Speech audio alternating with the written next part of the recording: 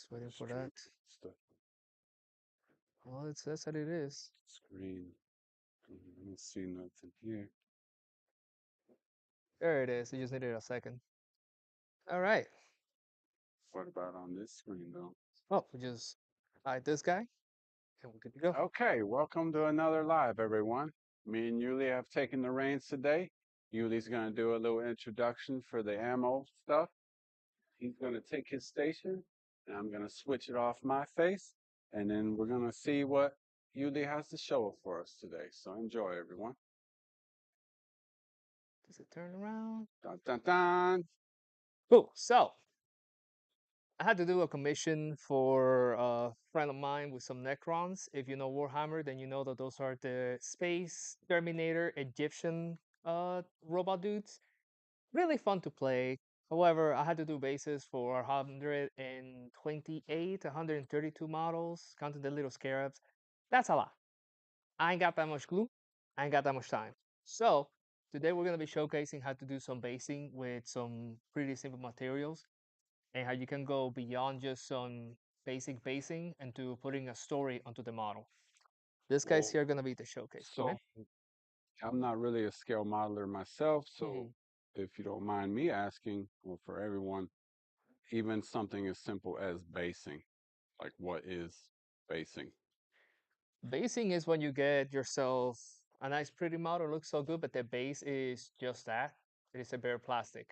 In order to compete on tournaments, you need to have something there. You could have a skull, you need to have the base fully covered. On those cases, people tend to just be like, oh, I just put some glue and sprinkle some sand and put like twig and then bam, there you go. That works. Works pretty well when you want to get it done quickly and cheaply. However, not as much on the fast because sometimes you have to bake the sand and you have to bake the wood to make sure that it doesn't have any bacteria, any bugs. And even then, sometimes stuff happens, you know? Good, thank you. Yeah. So for the basing, we got this guy right here, just a couple of the ones that we got from the lineup for ammo. These are just acrylics that are going to give you a texture and color that you're looking for. They're good selection of the ranges on the side. And I decided to do a little something and give you all a visual. These are just some pieces that we had for when we were making some terrain, you know, put some plants on top and such. These guys I made it so that you can see just how rough it actually is, and this is just the paint. I didn't do any top coat, nothing else onto it. Now, how long does this take to dry? Like 15, 20 minutes, and like you see on this sand, you can actually sculpt it to how you want it to be. On this side right here, I just grabbed some with the back of the brush and rolled it over. So And once it you was dry, created that texture. yep, I was able to Okay. create this texture just by with the same back of the brush, just pushing it and pulling, scooping it back out a little bit. Okay. You can make it so that it resembles like footprints. You can make it so it resembles like the lips of a water edge or lake and all the other stuff. These guys here look weird because these are the water effects. I know many people know about the water effects because some of them dry clear, like the clear water. Other ones have a little bit of a tint to it. But again, this is still all just acrylic. Like it is not going to just rub off. And it's pretty darn sturdy. Like look at this. I'm literally you kind of see this guy is the what are you again? Slow river waters, which tend to have a greenish hue, but not too dark, right? So some of them, they are kind of color coded, you say. Yeah, that way if you're trying to do, say, some disgusting swamp thing, Nurgle, anything else like that, ogres, you can just use the slow river waters, and it's gonna give you this like dark green, the still yucky kind of color. You don't have to use them straight onto the base. You could also put some color below it, which is recommended for when you want to have a nice differentiation and like layering of the water. That's a bit more advanced, but I am here to show you that. So yeah, if you have say a submarine coming out of the water on a side, you know, just half of it showing really, or some dude on a suit coming out of the water, if you plan to play Trench Crusade, you want to do the Naval Raiders that way, you can. It literally is just grab the acrylic, push it in there, move it around. Pretty darn sturdy too. This guy here, this has been my experimental piece for quite a while now. lost a piece up there, but I put the asphalt up front, and on the back I used the regular sand, and I used some pigments to give it some color variation, you know? On the back here, I actually use these two atom colors. This says it's old rust, but it's brown enough, and this green. Really nice colors. Now, are those colors in the effect? You mix it with the effect or on top of it after you've done the effect on the panel or? I used it below. On this side here, I didn't do anything else to it. So you can see how it's like the green strong, as though this is coming out of like a contaminated river, you know? And it's like disgusting green, and then comes out to the more wet and then onto the dry land. On this side, I applied the green, the slow river rapids, because it's got a nasty green, over the green, and then I used the clear water on top of the wet looking area. I blended them in a little bit at the middle, that way you have a good little separation of the two.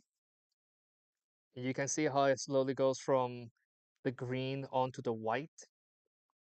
Now it does look that like glazy white. You can see that there's just like a wave with the foam and the ocean happening. If you don't want that to happen, just use a thinner amount and you're good to go. And then I continued with his foot as though he's like coming out of the water, like he's all wet, going into Mm-hmm. a base. You can tell a story with your bases. It doesn't just have to be put it on and you're good to go. Now, Okay. to do the demonstration, I'm just gonna use this flat six. It's a synthetic brush from Amo. It's really, really nice. I like it. And let's do something a little stronger. Lake waters. Once I open it up, it's gonna look weird because that is not the color that you're expecting to have, right? Completely understandable. I'm not even going to like do anything crazy. I want to show you guys. Well, this might be a little crazy. Just putting it right on there. That's a good little So blob. it's like some other acrylics where after it dries, it becomes the actual color. Correct. It will Initially, it's not that color. exactly like you can make the comparison right there. You can see how it doesn't look like it at all. Oh, that's the same Mm-hmm. product, huh? Okay. Same exact product. Once it dries, you're gonna look good. But for right now, I'm just grabbing some water and just smearing it around. Is the water kind of like a thinner? Yeah, Acts like a thinner or what? yeah, it's got some self-leveling properties too, so you don't have to worry about it being perfect. And I kind of want to blend it in a little bit with the green over here, you know? So I'm literally just cleaning my brush at the edge. And if I'm like, oh man, I think I put a little too much of that, that's fine. Just scoop it and just put it on a paper towel on the side. It doesn't matter. You're trying to get like thin little effects. You could just put it back on the bottle if you want, For this water effects, it's even better when you have like a delineated depth space. Basically like a swell. On this guy is perfectly flat, so you were not gonna see the effect as well as you think you would. But for that, it literally is just put some more dirt back here, make like a little ridge for it, and then the water effect on the back. Trying to go for realistic, just doing a little demonstration. Now, I'm gonna put some more water and just smear it. Because at this point it's very diluted. You can see how the ones that have water look lighter, as though it's losing its color. That's fine. That is expected, and that is actually kind of good. This way you can see concentrated versus not concentrated. Now, I didn't notice, are you dipping your brush right into that, or should you put some out so you don't contaminate that? Or, I'm not quite sure Mhm. how you would go about using it. You just dip your brush in there as you go, or? Yeah, that's a good thing about it because it's all acrylic and water-based. I can literally just, oh, I finished using this guy. Come over here, just a cup of water, clean it out, give it a little clean. That's just water at this point. And I grab the next one because it's very thick and viscous. It's not going to like a runny paint that's gonna get all the way inside of your brush and stay there. I'm not sure how well you can see, but there is like no residue on this guy because it so easily comes out. Mhm. And you can use the cleaning step, putting some water to just dilute it and blend it in a little bit more. I'm gonna put the clear Not a whole lot, just a little scoop. We're not doing an ocean over here. We're doing like the side of a river. And put some right on there. So I'm assuming once that's hardened, if you don't get the color you're kind of after, then you can just go and, do some hand painting or airbrushing or Yeah, at that point, because it has a very nice texture and it's already hard as it is at that point, you're able to go over with oils, with dry brushing. You can do whatever else you want afterwards. All right, I put some of the white in there. Just gonna put some more water on this guy real quick. And you see how it stays on the tops? It doesn't go down to the recesses. Water doesn't do that. But when you put some actual water on the water effect, yeah, I know, genius, right? It'll actually able to sink in to those spaces, thus giving you more of a water acting like water effect. I know, genius. I'm great with words. I'm trying here. And to help them blend in, I'm gonna do a little bit of stippling between the water effects and also, sorry, and also some brushing back and forth. This way, they blend in and it goes into all of the recesses. As for cleaning my brush, I'm literally just putting it here as though it's water that's been dripping from this guy, just going on over. and for those new to the business or hobby, stippling Yeah. is just coming off of it, making a little bit of a texture. Or, Yeah, stippling is when you just grab the brush and you stab it basically, but very mhm, gently, because this way I'm breaking, I'm mixing both lines, both paints, mhm. without making it too separate. That sounds so weird. I Stippling know. allows the pigments to mix together so you can get gradients this way. This is a paint that doesn't set immediately, so it does give you some play room and some play time. Stippling allows you to put just like a small amount spread around, just makes blending faster. It's also a good way, like you mentioned, to add texture actually. And because this piece has texture, the stippling lets me push the effects where I want them to be, rather than trying to go back and forth and hope that it gets in there. Stippling lets me push it in. Yeah, well, we're gonna leave this guy here for a little bit so that he dries. It's not gonna be that long, but still. And for a quicker example, this guy did with some speed paints and some ionic, with the lightning. Let's see. This is a little bit of a testing to showcase the transparent paints and the whites, yada yada yada. We're gonna put him on some mud. You mean like on the base Yep, or yep. We're gonna go ahead and use the muddy ground texture hmm because it's pretty good. And I don't know, I want to try this one out. I could do sand, but it doesn't quite fit this guy. Now here's a cool thing: you don't have to use a whole lot for your first coat. And right here, it's got that big little hole at the bottom where you're supposed to put a decorative piece and such. I didn't put any on there. That's okay. Because just by putting it gently on top of it, I already covered it. Oh, so it can kind of like feel a little bit too. Mm-hmm, mm-hmm. And if you already have pieces in there that you're adding like uh fork, rocks, anything like that, you're able to just use these guys to go in there a little bit. Like I said, I'm just using sparingly at first. You don't need a whole lot. You want that first layer to be enough to give you grip. Otherwise, you're gonna have sections that are not gonna dry right away, and you're gonna have to wait for that to finish drying, and then you're gonna have to add the next layer. Do you know if there's like a recommended time between layers, or you just kind of, you figure it out? You can see when it's dry, I guess. Uh, Kind of touch, feel, yeah, 15 to 20 minutes is a recommended time for it to be like fully dried. Cured is like 24 or more hours. That's usually how it goes. Because remember, this is still just an acrylic. It's just acrylic with texture. Now, to go for the feet, to go for like the space on the feet, I want it to be more realistic, so I just push it in, go around it, grab a little more, and just move it around and gently push it in.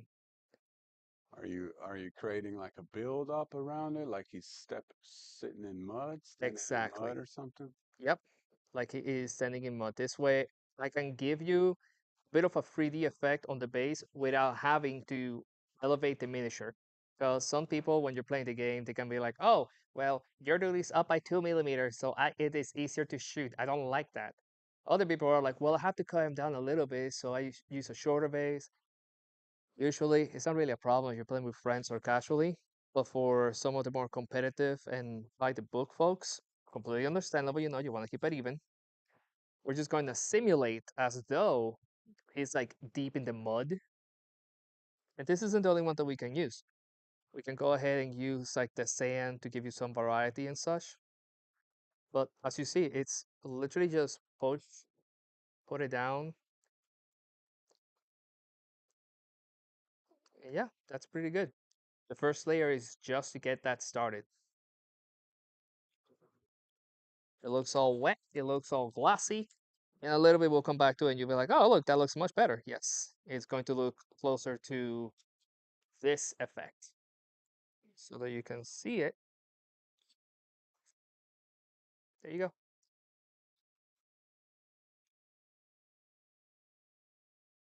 I guess we'll take a look at that in a little bit then, Yeah. see how it turns out. Mm-hmm. Something else that you can do. This is the straight up. There you go. With this guy, I'm going to do a little bit of a combination here. So I told you how I used it on the big guy. Well, I'm actually going to do it with this guy. Let's say we want to have some nasty green water on the side over here, right? Let's lower it if you don't mind. Um, Setting the figure closer down where I can keep up with you. Fair, fair. Alrighty. So I'm just gonna put some of the green at the front right here. And for those that think, oh, I need to set the paint aside and such, you can, but it's not mandatory. Right here, just got a little bit of this.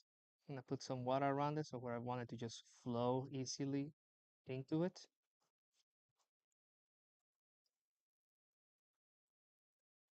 And the Atom and Ionics have like really good coverage.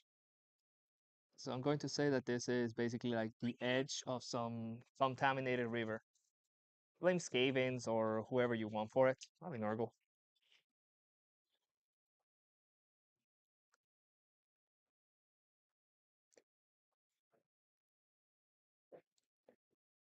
Bazuni is saying that they cannot hear anything.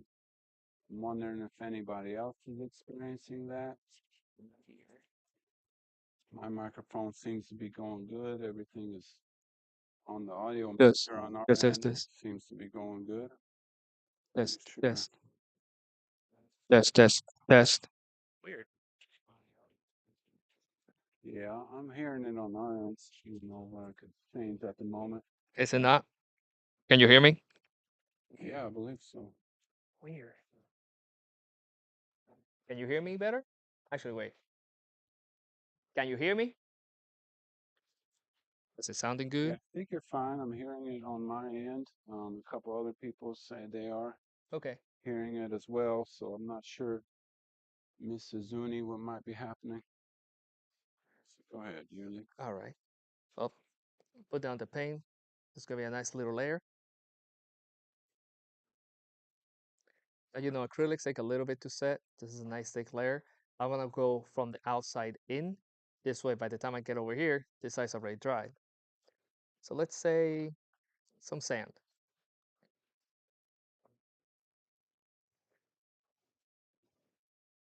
So this is substantially more thicker, it looks like, and more gritty and stuff, right? Oh yeah, this is what happens when you leave the pot slightly open for an extended period of time. But it's like, well, why would I show a product like this? Because I want to show you that even if that happens, you can still use it.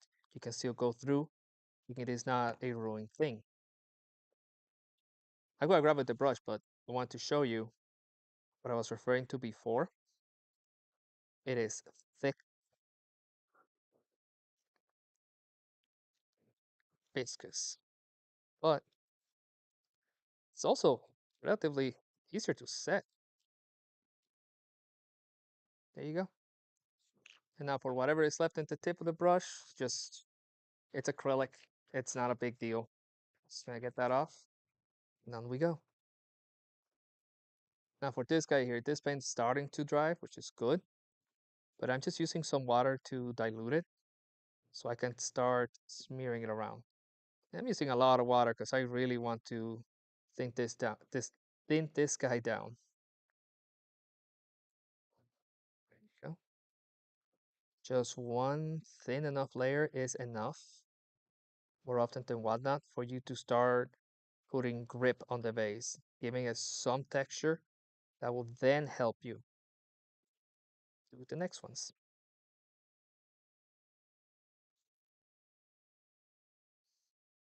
And like before, pushing in a little bit under the foot and around it helps you sell the image because this is a dude who's heavily clad in armor, you know?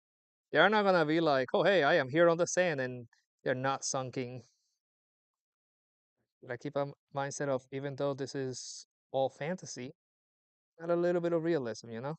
It goes a long way, especially when you're trying to say a story.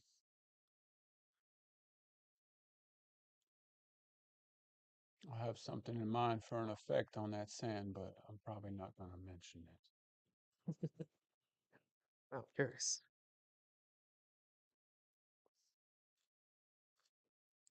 There you go.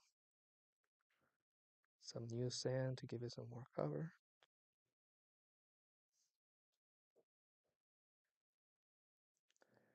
And now, because I mentioned about the story, I'm gonna make it like this area back here is a little more open. Like his foot is the one that has gone back there, trying to create footsteps. Right. So you make that texture that gives it that like live action, like movement, like something Exactly, just happened, right? He's trekking through exactly. And the I do so beach or by whatnot. not quite stippling, but pushing it down and then pulling it. It helps me raise that sand a little bit and creates the effect. It's hard to see right now, but it creates the effect as though the sand has been pulled. Because this is closer to wet sand. And if anybody goes like, well, it doesn't actually look like that, you know, you know, but this is still a fantasy thing, you know? Just trying to play around with it. One thing I like to do is use the brush strokes at different angles to better differentiate, like, hey, there was a foot here, you know? Yeah, there you go. That opens it up and it pushes the pigments away from the center. You better highlight like this area has sunk in a little bit. With that being done, Get a final look at that here. there you go. I'm gonna put the sand away.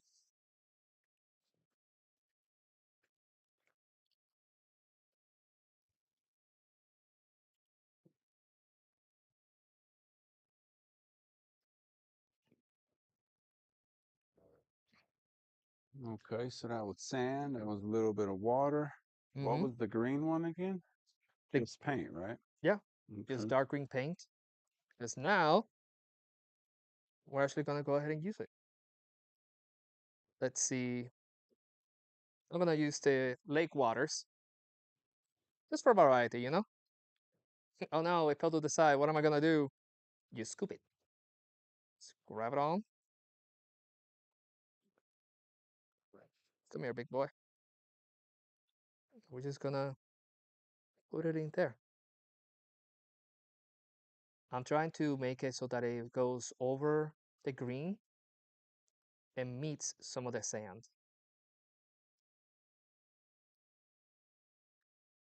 Not too thick, not too thin. If I can still see some of the green, that's fine.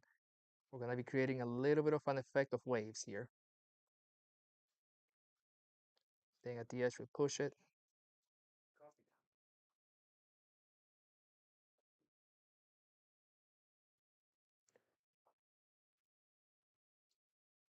There you go. If you're like, oh, but like they're blending in a little bit too. Yes, because I already defined where I want the waves to be and such. At this point, if they blend it in a little bit with the sand, that's perfectly fine. It all depends on the effect that you're looking for, you know? In this case, I'm pulling, but I'm not raising the brush as much.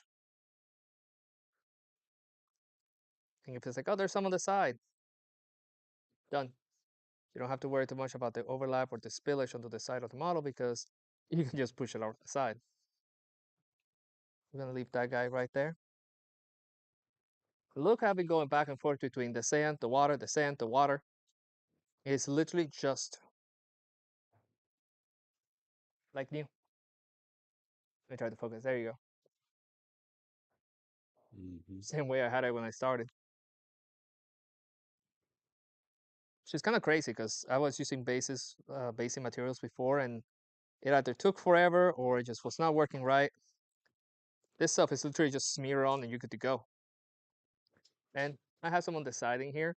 I could just wipe it away, but I also want to see what the effect looks like later, so I'll just let it dry. And if I don't like it, I can peel it off. Yeah, or I think I heard recently why ammo moved to these flat caps like this, Mm-hmm. so you can dab a little paint somewhere and then put it on top of the cap. And then when it dries, you'll know what that looks like and you'll have a good reference in Yeah, your workplace and library. yeah. Yeah, yeah, that's why they made the flat caps I'm aware of. So you can put a little bit on top, and then you have a good frame of reference for the exact color once it's dry. Mm-hmm. You could do so. You could do just a little bit and smear around like that. Because, you know, transparency is also important, but these are very opaque paints. So whatever color is underneath, they will cover it pretty well. But if you do a thin coat, let's see how much the yellow really affects it and such. That's why I like to have a little bit of a gradient if I want to play around with it. What we have here. This is old rust, Hmm. and I am using it, one, to showcase what you mentioned. Also to show you how you don't have to believe, oh, the name of this paint is the only way that I can use this paint. This is a very nice brown, little bit of a reddish to it. I could use it for bricks. I could say this is some kind of like dead redwood tree and just utilize it. So don't marry or get stuck with the idea of I need the color to be used only the way that it is named for. So you can do so much more. Color is color at the end of the day. Now, while this guy's dry, there's some other ones in here that I brought just like to showcase. Some of them have pieces of the rain on them already. And you are able to, like I did with the foot, just build it up around it. You could make an entire story for this guy. What I'm doing with this too is he's going inside of a vase, the Nurgle creepy guy. This guy right here. So he's going inside of a vase, and this guy, so he's fighting on the side of a beach or something. And he's just in the mud, man. He's in the trenches. So now let me show you. Because I've been talking about, oh, good to go already. I've been talking about how you can also paint on top of them and such. Just gonna grab just a little bit.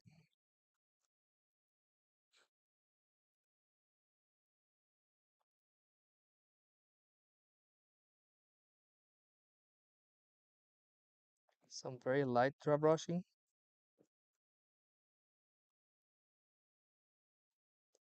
will help differentiate the height and really help you see just how raised these little points are. So you're kind of like adding some contrast right now, Yeah, or some almost a dry brush kind of effect and correct. technique, I would say. I mean, Mm-hmm. Correct. What I'm gonna do is I just wanna focus on this quick little area and smear it all over. Then I put some water, I can dilute it and spread out from that point.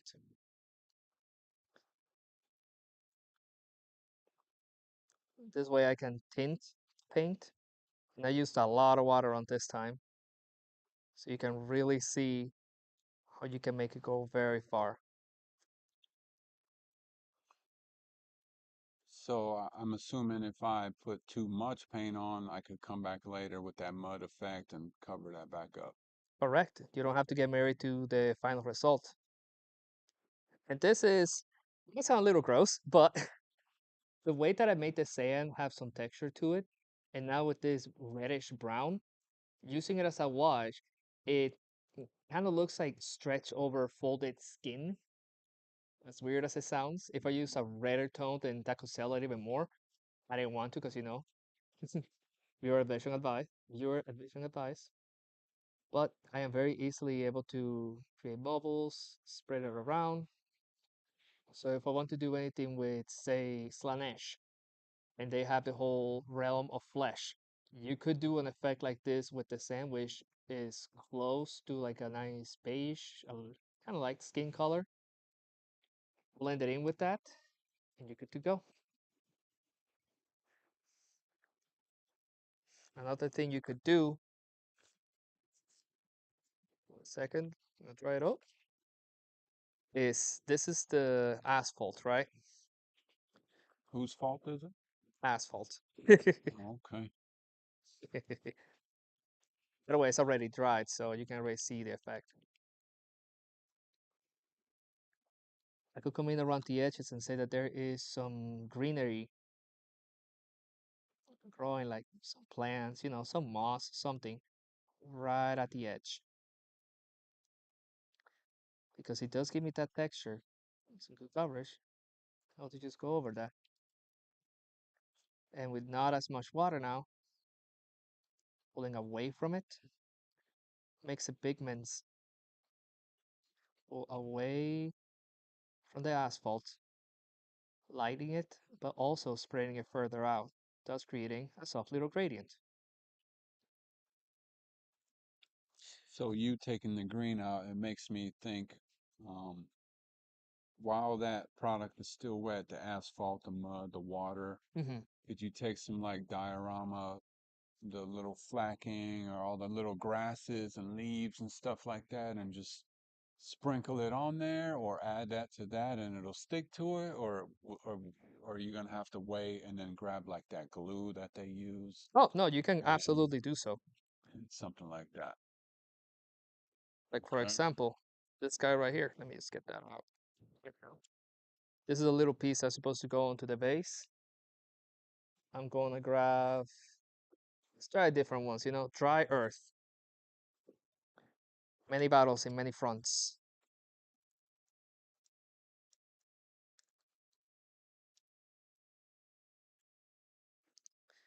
I am trying to get some there. There we go. Cool.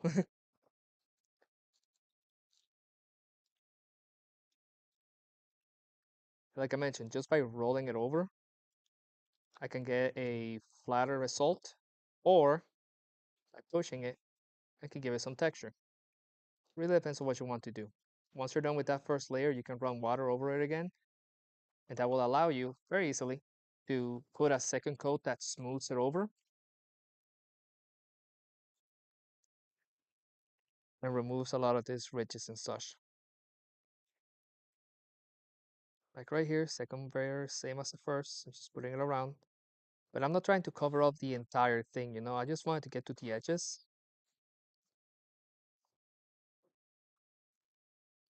and a bit away from it.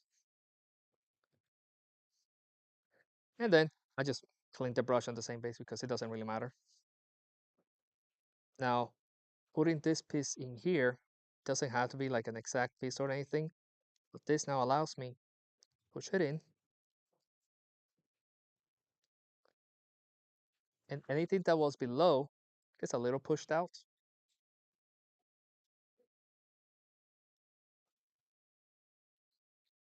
It gets to the point where you're able to just like move it around your fingers too. Mind you, why am I not using a brand new one? Because I want you to see what it's like when you have one that you accidentally left open for a little too long.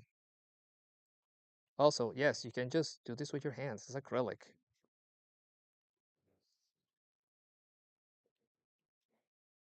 Some people are more hands-on, Respect to you.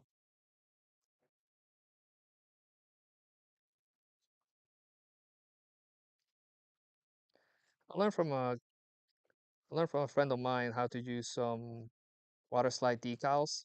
A lot of people use very fancy tools or like take their time and do a process. This man was just getting into grabbing with his bare hands and putting it on, and I can't deny it worked for him. I tried it out; it worked for me. Though I went to pliers back because I went back to pliers afterwards. And right now, just grabbing whatever is left and pushing in a little bit. I'm not doing like a this piece just fell recently and it has like smeared a little bit, so I'm gonna grab some of these pieces and in a way splash the sand onto the side.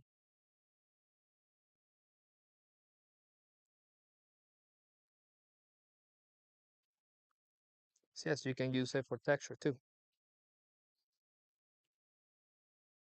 Like I mentioned, when you are using a diorama, you're trying to tell a story, not just put it on the base. You can just do so, like with the mud guy. But right now, this piece looks like, hey, this was some wet sand. This piece broke over. He's flying over it, and I made a bit of a splash onto it. Once it is dry, I'll be able to just go back onto it, use some oils, use some acrylics, washes, whatever I want, and change up the hues, change up the coloration. It Just have some looks fun like with it. it looks like if I had a big chunk of it and shaped it a certain way, I could probably make a little rock or two or something. You most absolutely can, yes. We also have pieces of cork that you could just grab some, push them in there, and like I've been showing with some of the water, dilute a little bit, move it around. Once it is done, you're adding a lot of different size rocks, a lot of different size textures. Once this cures, you're able to even prime it. So if you're like, all right, I just wanted the sand for the granularity and the texture. The asphalt, for example, like I said, I wetted it, used the first layer with the back of the brush, made it nice and flat. This is an example here. This second layer comes out very nice and flat because I use a second coat with water. So they were like self-level and it's like nice and smooth versus a little bit rough. Yeah. You have a lot of playability with this stuff. That's what I really like about it. And now let's go back to the first guy. Let's look at that. It's about time. From the right to the left side, Hmm. hard to remember, but I did some wave effects, a little bit of a buildup, and you can see it on the edges there. Yeah. It has some more of the color. The green and the brown, because of the color of the water, kind of shines through more in some spots because the water wasn't as thick, whereas for others it is a little bit darker, like waves. And I also smeared a little bit of the water effect towards the back of the feet and the back of the legs. I did it more heavily on the front left foot in here to showcase like the glossiness. Not quite a varnish, but a bit thicker than a varnish. 'Cause this water is nasty. So yeah, we have quite a multitude of colors, quite a multitude of options. It is a really good range of very flexible tools and equipment that you can use, from as simple as your hands to using some nice brushes with just water. All it takes is a good imagination and an idea. And So welcome to the channel, Tone Slice 989. He says he's welcome. local. Hey, He plans to come by tonight and check out what we have going on late night Thursdays. yeah. And he's just kind of curious what to expect on a game night and if he should like bring anything. All you need to bring is your fun, loving attitude, and willing to learn and to try out new things. We'll showcase it real quick in a sec. We have some nice table spaces back there with products such as the ones we're showcasing right now, where you can just ask me. I'll bring one out. I'll be like, hey, you want to try out how to use some sand on your base? Cool, here you go. You want to play with some of the sand and water? Want some guidance? I got you. You want to use some of the pigments even to really separate the coloration onto it? Not a problem. We got paints, we got the spray booth set up. Once we get that gone, just show up. We got plenty that you can use. And I'm always happy to talk and share. We also have over here, Coming, Yuli. On my way.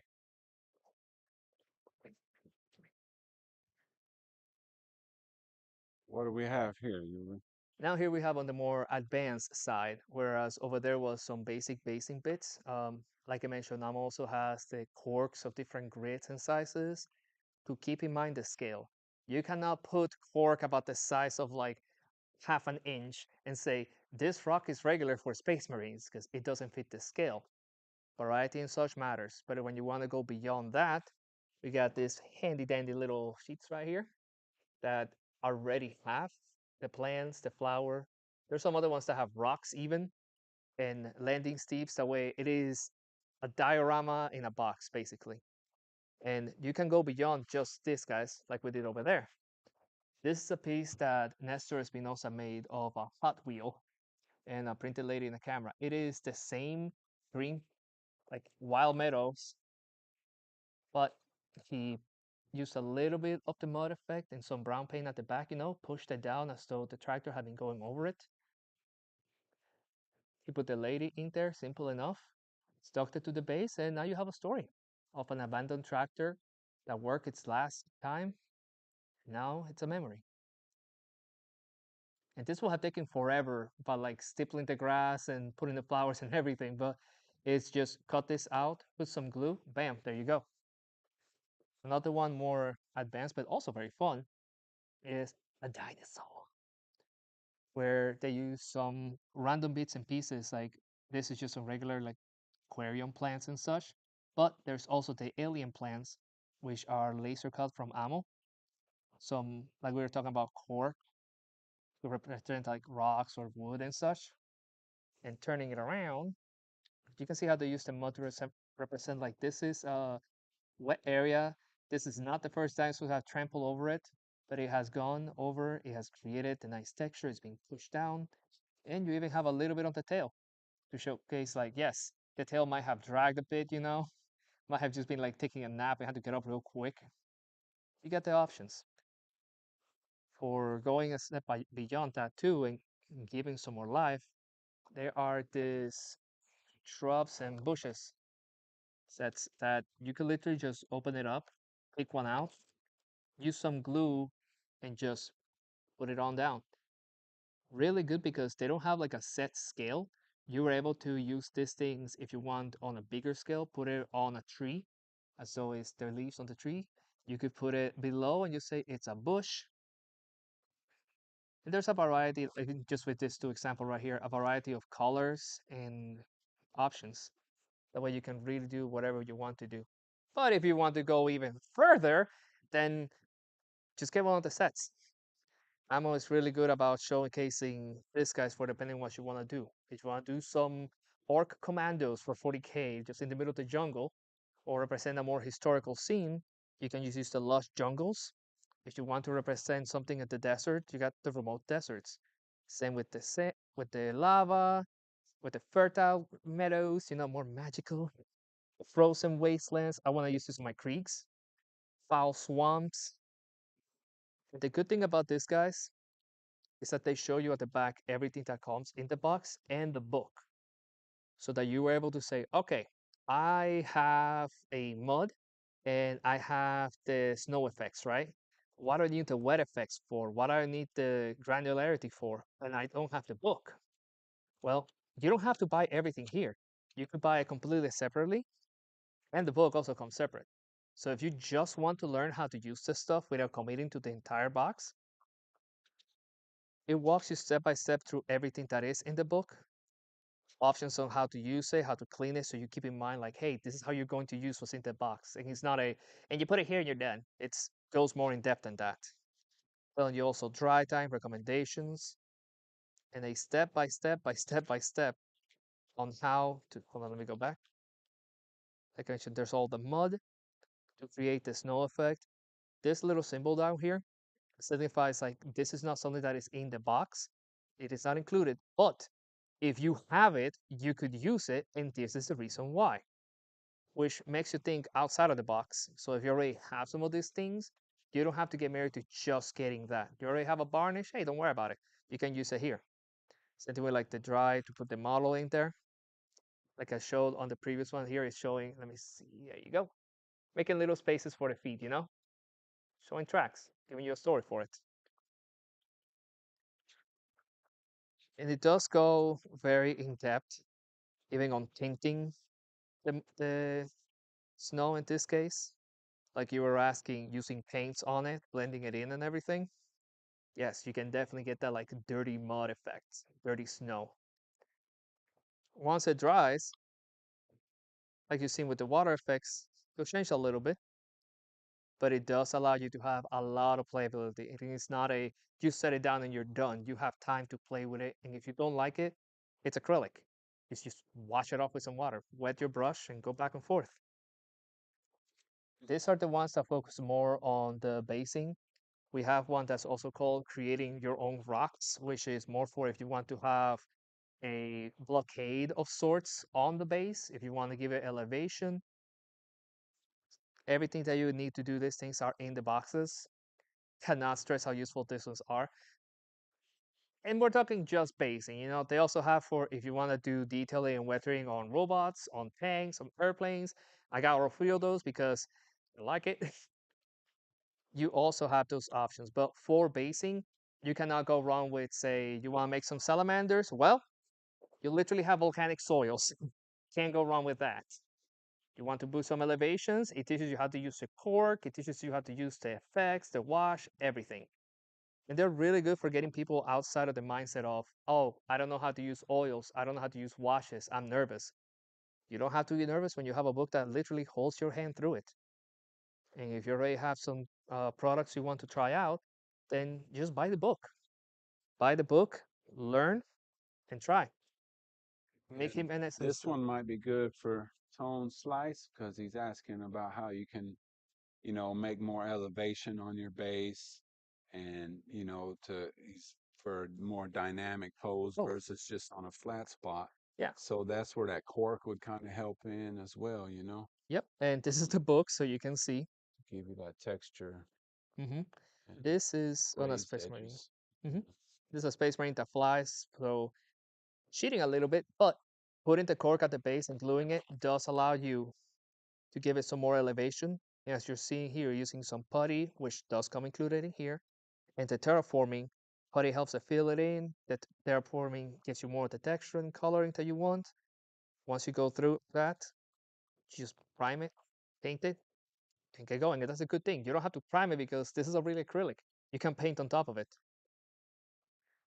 And that'll give you the effect of like as though he's glowing. And this is a nice little effect you could do too, adding the OSL, object source lighting, from below because it's lava. So a little cheeky bonus here. Another one here is, like you asked, putting both of the pieces, making the glow effect from below, and giving you that like raised elevation. You can see on this guy, this nice Eldar. It does raises the figure a little bit, but it's so worth when you see this dude standing on top of a base, looming all menacing over the lava.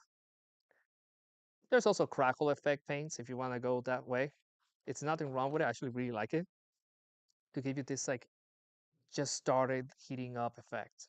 This one might be closer to what you're referring to with the telling a story and then dry brushing it, because like I mentioned, yes, you can dry brush on top of these guys. And if you don't use the crackle effect, that's perfectly fine. He is still on top of lava. So this is a really good one for that because it already comes with a cork. But you don't have to use cork for the lava and the rocks. You could use some cork on the frozen wasteland and have the sniper be like on top of a ledge with the cork going right at the edge of the base as though he's at the edge of a cliff looking down, getting ready to take a shot. In different thicknesses, different elevations, different effects. Yeah, Ammo's real good and real informative when it comes to their kits, their YouTube videos, all their publications that they have to offer, Mm-hmm. as well as all the products. They actually have QR codes early on. I got it. My finger works. There you go. They actually have QR codes. So if you want to learn, for example, about the oil brushes, which are my absolute favorite, you can literally just, if you buy the book, scan it, and they'll have video about that. Same here with like the splashes and the heavy mud and such. And mind you, it is possible that they made a newer video and they didn't put it on this publication because it came out afterwards. So feel free to spend some time going over what they have. I've actually found myself more and more inspired the more I look into all the crazy Spanish artists that are doing really good work over there. Cool. Well, thanks for sharing, Yuli. I don't know if in previous videos if anybody has seen the terrain we have in the shop here. Well, Johnny No. has gone a little overboard. Love you, Johnny, with Uh, the effects. So let's check it out. Just all right. another. We'll take a little walk through some of the terrain we have here available that you can come and play with and have a game night, and as well as learn and paint with this stuff and create your own vibe and feel and texture and Yeah. enjoy. This is a pretty big table here, pretty big hmm setup. It's a 4x4 for Trench Crusade. We have two boards. This is the more open one, and the one to the side is more on the trenches. Johnny has been working very diligently to make this as awesome as it can be. Um, he's using, you know, products to make it look and give you this texture effect because he's using a lot of it. But for some more of the dedicated pieces, yeah, you can easily use that mud and touch it up. On this guy, for example, he used some green ammo colors alongside the brown to just smear around, dilute it a bit to give you like that change in coloration. So it's not just it's all dry brown mud, you know? And on this one, bit of dry brushing.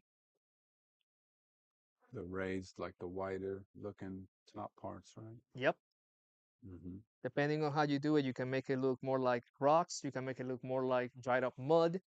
There's so much you can do with it instead of being funny. And if you're over stressed, like it's not looking right, it doesn't look wet enough, don't worry. You can put a gloss varnish on top. And if you say it looks too wet, I want it drier, you can use a matte, a satin, an ultra matte. Amo has all that stuff too. But this was just like a starting over there. These guys are, this really are the trenches. Similar things here and there. You can replicate these effects very easily. Those two, if you get the preferences, props to you. You know you know what's going on. You know what's up.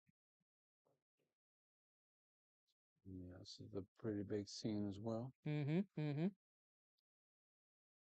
Actually, a local and friend of mine, Mike, he gave me this piece, and it was all just printed, 3D printed, and it's actually a dice tower. And I follow one of the make books on how to paint bricks with different colorations and such, using some pigments and washes. Once it was done, it's kind of hilarious because it looked all dusty and then once I hit it with that gloss coat on top, it all like smoothed it out. It looked less pasty, and now it looks like I don't know, looks like a nice little destroyed cathedral on the side. We'll Mhm. change up the base a little bit. All right, and one more for everybody before we go. This This one is a cool is little the setup here. yeah, this is the Necromunda board. It's a pretty old game, but still very popular. Very fun, I have to admit. My Asher gang is like crazy. Heavily focuses on the rust, on elevation, and because we like to have fun here, we made it so that you have fluorescence. The UV lights on top make the green glow, make the little words and the candles glow up. Again, this is all has been Johnny just diligently working at it, whatever little time he's got, to make this amazing boards. And we're more than happy to play on them. And if you want more light, then we also got some strong light. But this is what sells it to me, just all of this fluorescence. It's so cool. All right, Yuli, is that it? You have anything else for us, or is that about? I think we about wrapped up today's live then, Uh, huh? yeah, that about wraps it up. Only thing left we have on the other side of those books over here is going to be the tables where you can just come on over, sit down and paint. We have a couple locals who started with I just got some minis I want to prime, but I'm not so sure. I'm like, well, I'm here until 9 or later, so I'm pretty sure I can teach you how to prime a miniature or two. Set them up with an airbrush and off you go. And if you have your own stuff you want to come in and practice with, that's also welcome. If you want to try out some of the stuff we have on the table, the Atom, the Army Painter, the Ammo, the streaking effects, the mud effects, all that stuff, you're welcome to. Just showing up. We're always here, happy to help. All right, everyone. Dan and Yuli clocking out from today's live. We appreciate you watching all the time. Please let us know with anything you might be interested that you want to learn. We definitely are keeping track and making a list. That way we have content all the time and try to show you what might be going on and what's cool out there and everything. Yep. And And don't forget, we have the Halloween contest. That one, the deadline is tomorrow. You still got a little time, so get going and get those pumpkins done. And Villainy Inc.'s Phase 2 are here to be released soon. If you know, you mhm, know. So stop on by because I want to be playing with them very, very soon. I'm excited. So Grimdark is disgusting. I love it. cool. Thank you, everybody. You guys have a good day.